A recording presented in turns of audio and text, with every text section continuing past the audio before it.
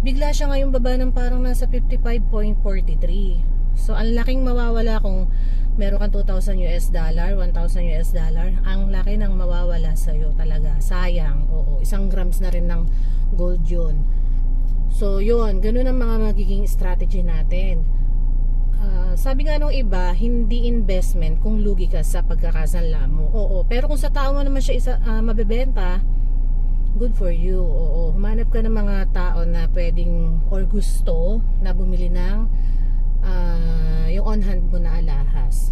Kaya lang hanggang kailan yun, 'di ba? Kaya parang okay lang kung halimbawa panggamit mo ikikip mo talaga siya ng pangmatagalan, okay lang yun. Pero kung ang point mo is yun, on hand mo siya, pagkatapos biglang isasanla mo din siya sa mababang ano, kung ganun din lang ang plano mo, isanla mo na siya kapag mataas ang ano ng dolyar, o kung hindi mo siya sa tao planong ibenta, para hindi ka lugi, kasi nakakalugi talaga, nakakapanghinayang. Marami akong nasanla na hindi ko na tinubos kasi yun nga, na-meet ko yung 56.8 na palitan ng dolyar, kaya ay sorry ayun, kaya parang hindi na ako lugi, okay na sa akin yun, kahit hindi naman ganun kataas yung ano ko, at least hindi ako nakapagsanla nung yung mga kalahatian lang, kagaya nito noon. Biruin mo, diba, tong bangle ko na to, magkano yung pagkakabili ko dito, kasi nasa 8.7 to eh, tapos nasanla ko lang to sa RD ng kinukuha lang siya ng 9K. Oo, napakababa. Ngayon ang value na nito is 32,000, tapos kukunin lang sa'yo ng 9K.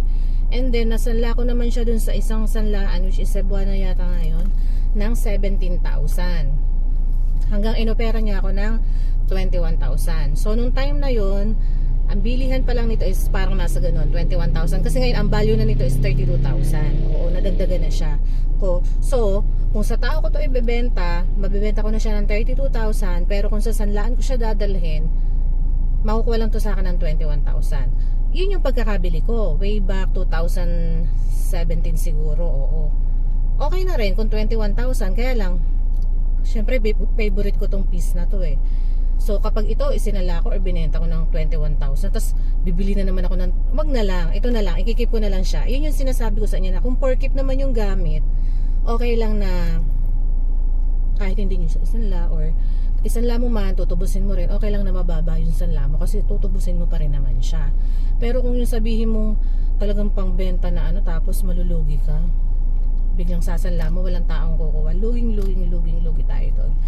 Ayun, kaya yun lang ang mapapayo ko as of today, as the moment, kasi medyo busy na naman talaga tayo, nagka-work tayo ng napaka magandang work. Oo. So yun lang ang masasabi ko.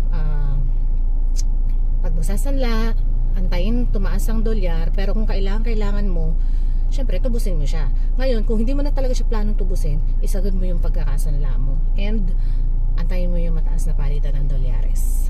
Yan. So sana ay meron na naman ako na i-share sa inyo. Medyo nagmamadali kasi kapatanggal ako ng braces ko ngayon, at ayan, yung faucet natin lalagay na dito. Yan, thank you. Sana makapag-upload uli ako at makapag-share. Actually, marami pa akong planong i-share, kaya lang talagang medyo busy mood tayo. Basta yun. Sige. Thank you. Bye!